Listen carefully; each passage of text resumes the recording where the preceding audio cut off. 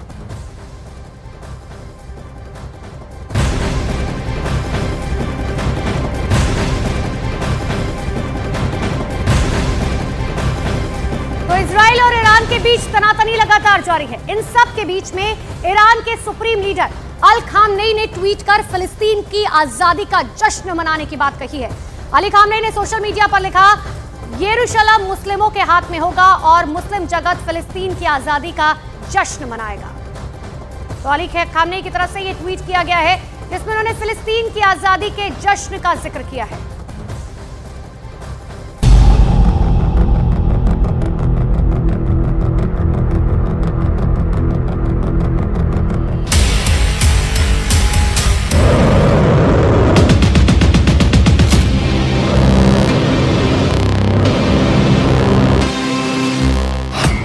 महायुद्ध का कोहराम।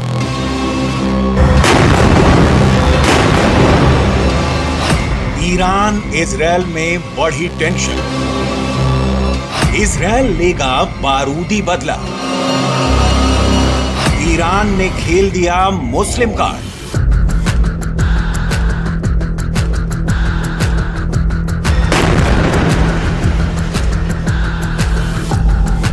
ये तस्वीरें इजरायल पर हुए हमले की हैं, जब ईरान ने इजरायल पर ड्रोन और मिसाइलों की बौछार कर दी थी, जिसके बाद दोनों देशों में टेंशन का पारा हाई हो गया।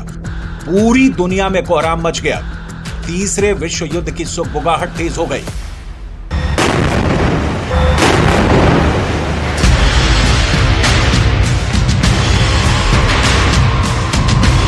जहां अमेरिका, ब्रिटेन खुलकर इजरायल के साथ खड़े हैं, तो वहीं ईरान ने अपनी नई चाल चली है।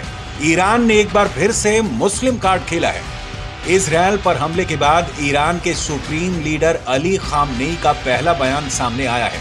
अली खामनेई ने ट्विटर पर लिखा कि यरूशलेम मुस्लिमों के हाथ में होगा और मुसलमान फिलिस्तीन की आजादी का जश्न मनाएंगे।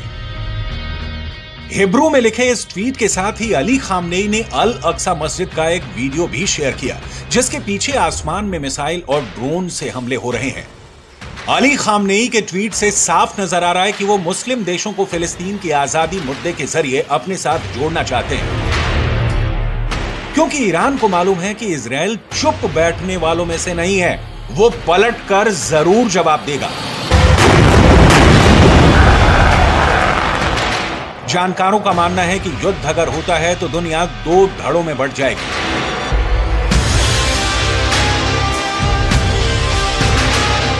ईरान के साथ इराक, सीरिया, लेबनान, तुर्की, कतर, जॉर्डन जैसे अरब मुस्लिम देश ईरान के पक्ष में खड़े आएंगे।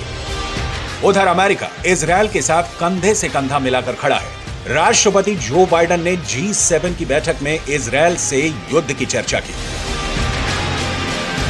सुपर पावर को ईरान की खुली धमकी, और बड़ा होगा अगला वार।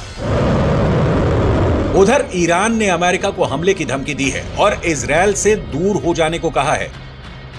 ईरान के सेना प्रमुख मेजर जनरल मोहम्मद बाघेरी ने अमेरिका को चेतावनी दी है कि अगर उसने इजरायल की मदद की तो उसके ठिकानों को भी निशाना बनाया जाएगा। साथ ही इजरायल को भी जवाबी कार्रवाई ना करने की हिदायत दे डाली।